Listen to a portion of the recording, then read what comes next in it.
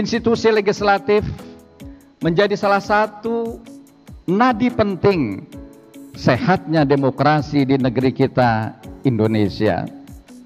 Dalam konsep trias politika, pemisahan dan pembagian kekuasaan menjadi 3 lembaga, yaitu eksekutif, legislatif, dan yudikatif, dimaksudkan agar tidak terjadi kekuasaan yang otoriter dan absolut. Pembatasan periode dan lingkup kekuasaan juga merupakan salah satu esensi penting reformasi yang diwujudkan, salah satunya melalui pengaturan dalam amandemen Undang-Undang Dasar Negara Republik Indonesia tahun 1945. Selama ini kita menyaksikan banyak undang-undang yang dibuat di DPR tidak sesuai dengan nilai-nilai demokrasi, dibahas secara tergesa-gesa, bahkan ugal-ugalan, serta minim pelibatan dan partisipasi publik dari masyarakat. Seperti misalnya dalam pembahasan Undang-Undang Cipta Kerja, Undang-Undang IKN, Undang-Undang Kesehatan.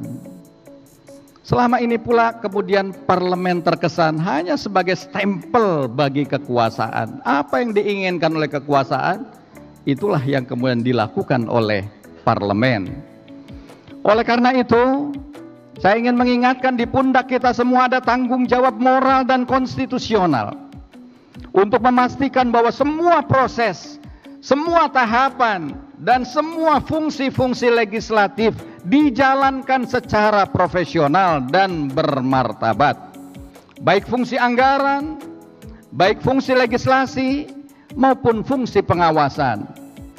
Fraksi Partai Keadilan Sejahtera, baik di pusat maupun di daerah, harus memastikan adanya berjalannya checks and balances di semua lini, baik di pusat maupun di daerah, sehingga kemudian mampu secara konsisten fraksi melakukan advokasi dan pembelaan terhadap rakyat. Kita sudah memiliki pengalaman baik saat berada di dalam maupun di luar pemerintahan.